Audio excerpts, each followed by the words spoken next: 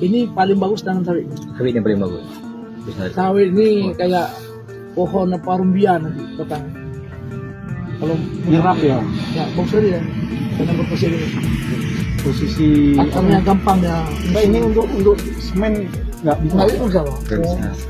Pernyataan Bupati Biriwat, Muhlis Takabea, viral dan menuai kritik keras setelah dalam sebuah video. Ia menyebut lahan bekas banjir bandang di Aceh cocok ditanami kelapa sawit.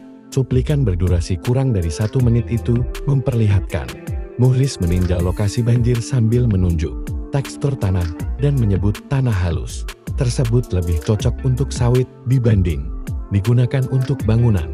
Ucapan itu dianggap publik tidak peka karena disampaikan saat warga masih terdampak banjir, kehilangan rumah, dan menunggu bantuan.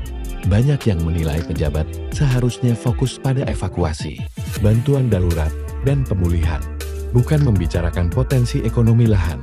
Kontroversi makin melebar karena deforestasi sawit sering dikaitkan sebagai salah satu faktor yang memperparah banjir dan longsor di Sumatera.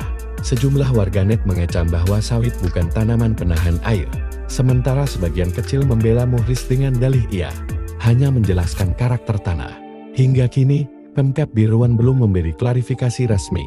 Banjir Aceh sendiri terjadi akibat hujan ekstrem.